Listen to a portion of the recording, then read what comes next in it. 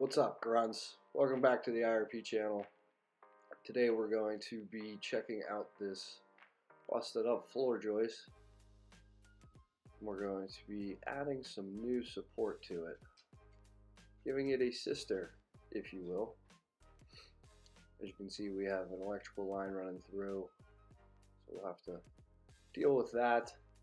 Also, these cross braces, so we can get a nice long sistered 2x10 on. As you can see, this crack runs all the way down there, almost to the end.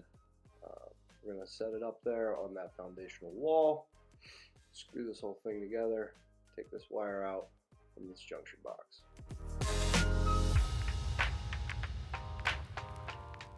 So the first step of getting ready for our new 2x10 joist is to get everything cleaned up that is attached to the joist. So we're removing the cross bracing here, making sure there's no nails.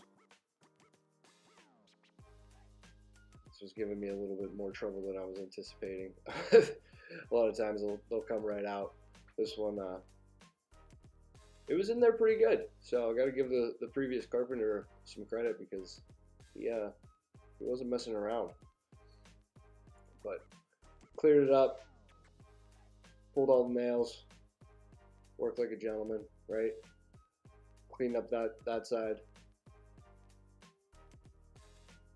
This is our affected joist that I'm cleaning up now. I did end up pulling the cross bracing from this side, and we actually ended up putting the joist on the other side, but you live and you learn. So here I'm unhooking everything from the junction box. I like to start with the hots. Found out that the Romex wire coming in from the left is the hot. Checked it with my tester. Also followed the wire back to the box, and everything coming out of the electrical box was in the new Romex. So I always like to start with unhooking the hot first whenever I'm doing something like this, and then I cap it immediately. Then I move on to the neutrals. Eventually move on to the grounds. So we're unhooking this so that we can pull that wire to the right of me back through and get a nice clean floor joist that we can hang that new sister joist onto. I need 10 feet of clean joist to make sure that I can get that new one up there. So unhooking this junction box for, I don't know, about 5-10 minutes. It's definitely worth it. Also, it makes it easy whenever there's only one wire coming in and one wire going out. Quick work of all of that. Get everything opened up. Unhook the Romex, and we'll be on our way. Now, when you're doing this, just make sure that you cap the hot wire that is still on at the box. A lot of guys will actually turn that circuit off that they're working on. I didn't feel like going through the process of figuring out what circuit it was on, so I knew there was only 2 wires coming in. If you do it enough, you can kind of do that without hurting yourself. Every once in a while I'll get zapped though. I'm not gonna lie about it. So we got the wire out of the Romex connector. We're pulled back through this joist. And also pull it back through this guy. Then we'll end up leaving it hanging, because no power is going to it because it was getting power from the other wire. So we'll just let that hang until we get the new one in. Alright, so here's a moment of truth. We have a wire hanging there.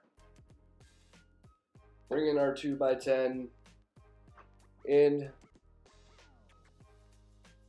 getting it placed up there, holding it up. We had some clamps with us, make our lives a little easier. Had to knock that guy in because a nice tight fit up there on top of the foundational wall. We wanted to make sure it was resting there as well whenever we were getting everything together. We used some 2 3/4 inch timber lock screws think they're about 3/8 in diameter. Yeah, nice big hardy screws to connect the boards. Tried to make sure that right around that split was nice and secure, and then worked our way down the board.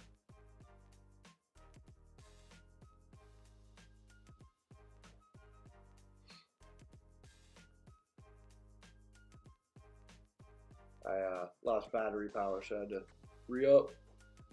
After that, the screws went in real nice. As you can see, I'm kind of working my way down towards from left to right.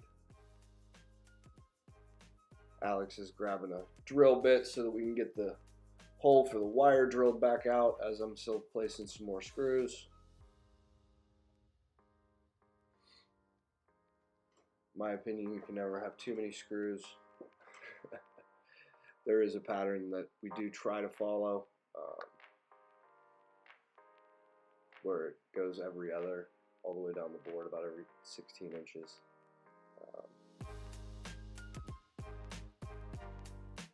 Do our best to kind of follow that type of pattern. But yeah, Alex gets the hole drilled out for the wire as I'm setting the last of the screws. He gets this and ends up getting this pulled.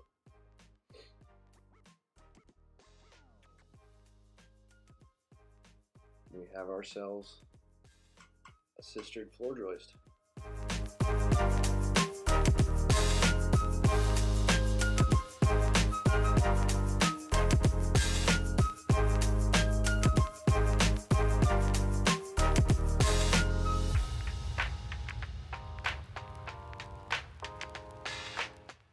As we get all the screws in and everything's nice and secure, Alex has the wire pulled through. I'm going to take my time and get everything hooked back up.